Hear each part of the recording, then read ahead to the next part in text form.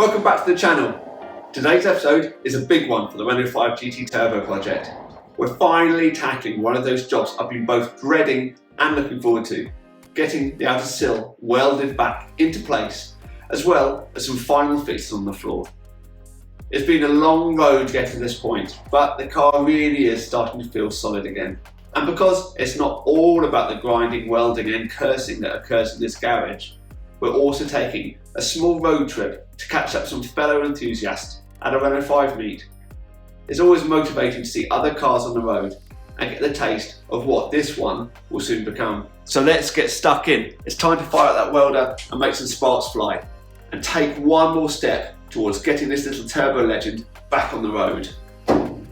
First step, let's do those final fixes on the floor. After installing the inner sills, we quickly discovered that parts of the floor didn't line up with this at all. There are actually holes you could see straight through. To fix this, the first thing we needed to do was strip away the old seam sealer so we could get a clear look at what we were dealing with. Once the area was cleaned up, it was much easier to assess the job and plan out our next steps for a solid watertight repair. Next, we fabricated 3 straightforward L brackets, which we carefully persuaded into the gaps using a hammer. Afterwards, we thoroughly cleaned the existing metal and applied a coat of weld-through primer to both the L brackets and the old metal, helping to prevent any future rust from forming.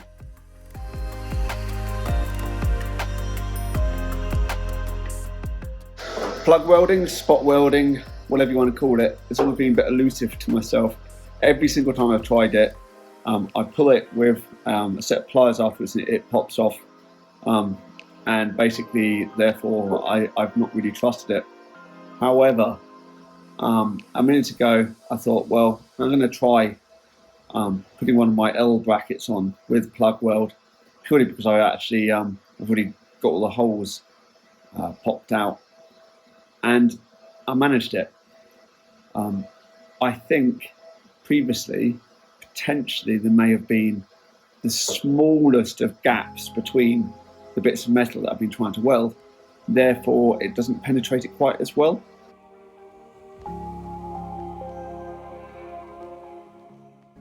One of the issues I have is how thin this metal is. I remember one of the comments that you guys made a long time ago was, good luck with welding that, you're going to be blowing holes everywhere. And you know what, mate? You're bang on. After a decent amount of welding, it's time for the next stage, grinding. See how those welds look. Finished welding here. Doesn't look very pretty, but actually it's fairly smooth. It's been ground down, so I will be respraying this section here, providing a first thing is a rust converter that I put on, and then some sort of primer. If you look here, it's starting to already some surface rust going here, so of course I will grind this down,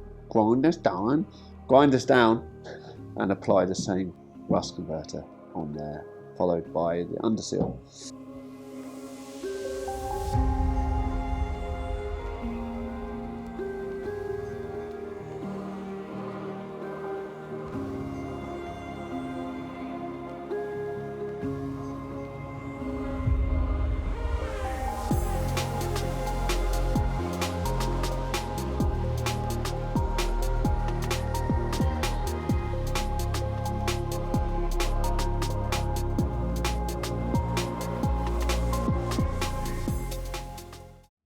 Massively different content for you guys now.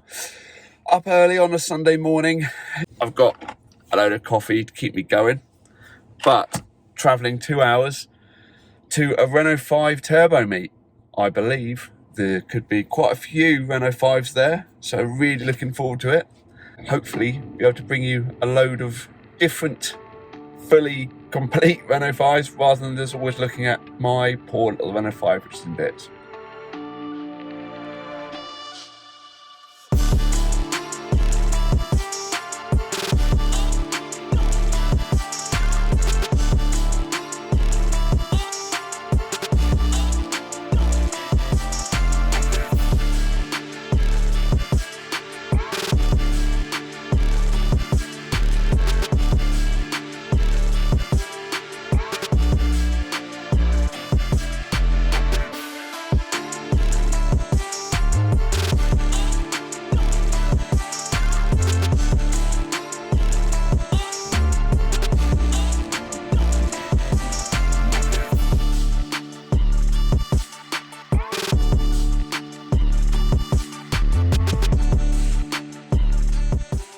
Had an absolutely fantastic time at the Renault UK Turbo Meet.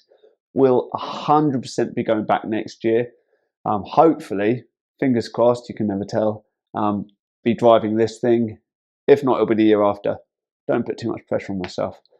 Some really amazing people with some really, really good knowledge. So that was really cool. So the only thing is, it really has given me a bit more of a kick up the rear end to get this done. And today we will be again attempting the last part of this outer sill. The first sticker on my little board. Look at that. Right, so let's talk this through. This is something I've been slightly concerned about, mainly because you really do have to start cutting up the car properly. Up this end of the car, you actually have to cut into the actual bodywork here.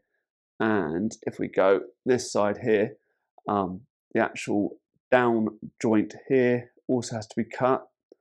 So it's a little bit more tricky than some of the other bits of work we have done.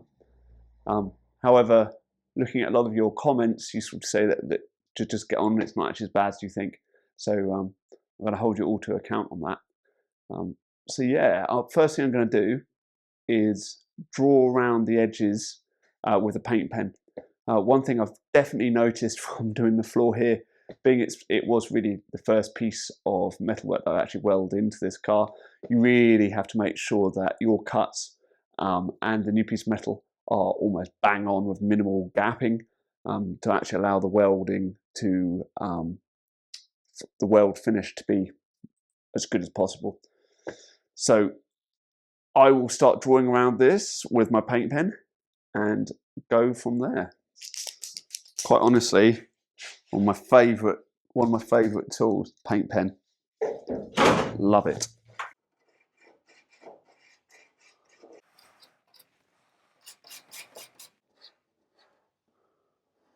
I think I've had a slight change of plan.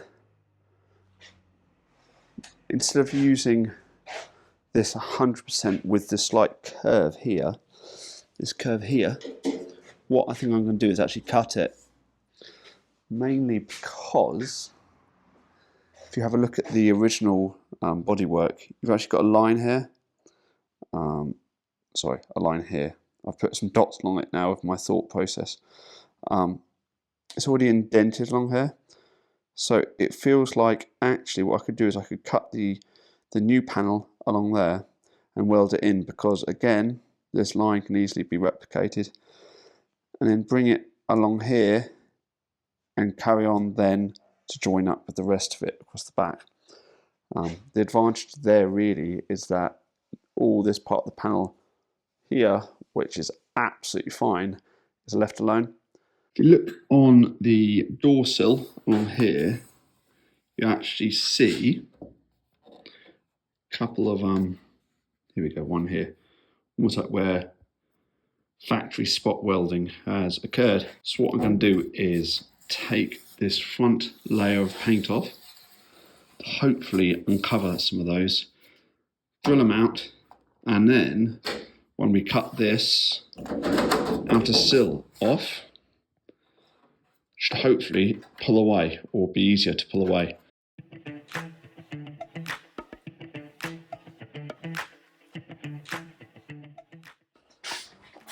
A lot quicker than I thought, which is good. Let's just show you the result. We took back the paint to find the actual original welds through here. So what my grandmaster plan is to use either one of the following. There we go, first one drilled. What it's done is it's actually separated, which is kind of perfect in a way. It's left just a little hole, so I'll be able to drill the other side however big a plug weld hole I want. That doesn't make sense, but it does to me. So let's do the next one.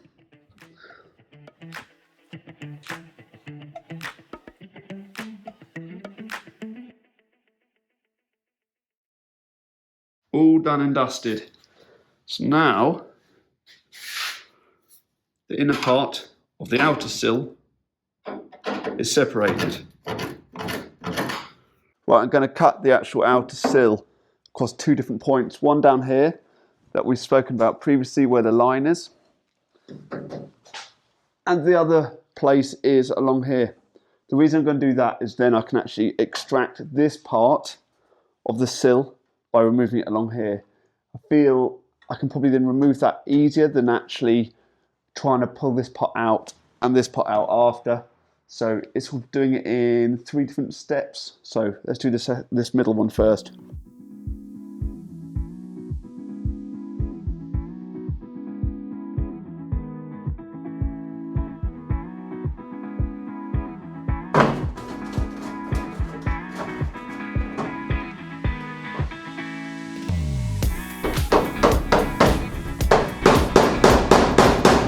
That has been cut out, that is gone, new one going in.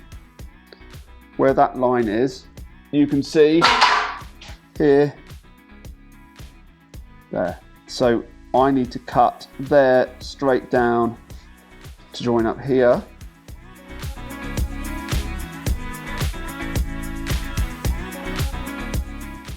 Next part really is a slightly more tricky part, cutting the front and the back part out.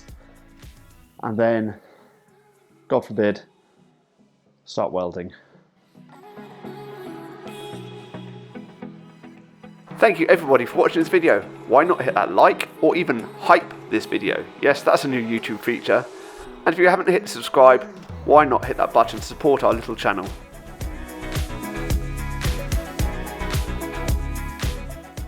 What we're really trying to do here is get the smallest amount of gap as possible, just so the weld is easier.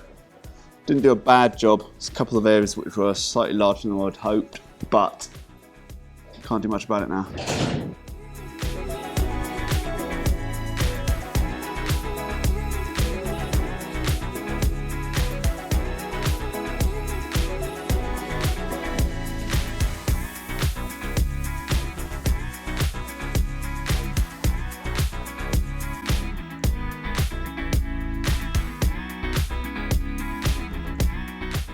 It's time to mount the side sill, and I'm going to spend a lot of time making sure this is right.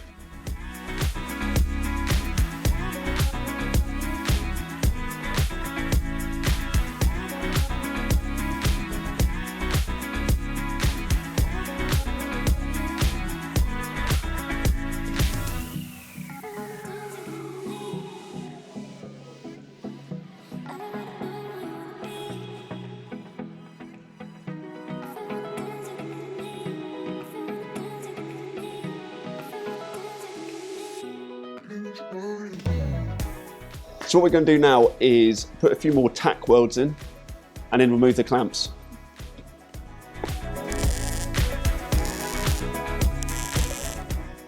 Next thing I'm going to do is remove the clamps and then fill up the tacks.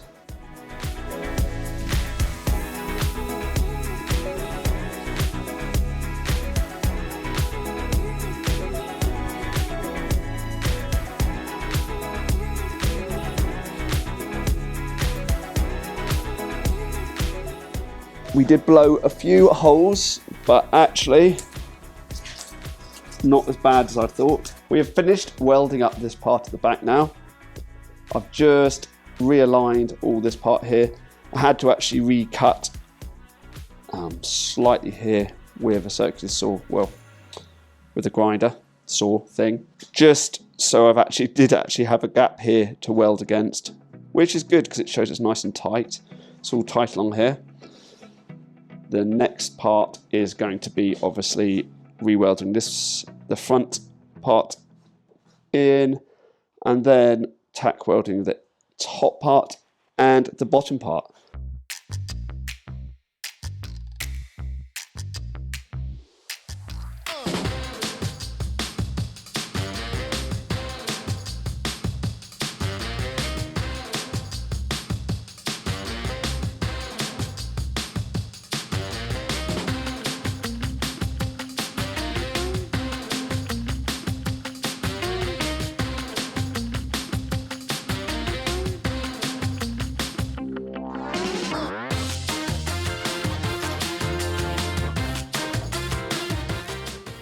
Right, my ears are absolutely ringing.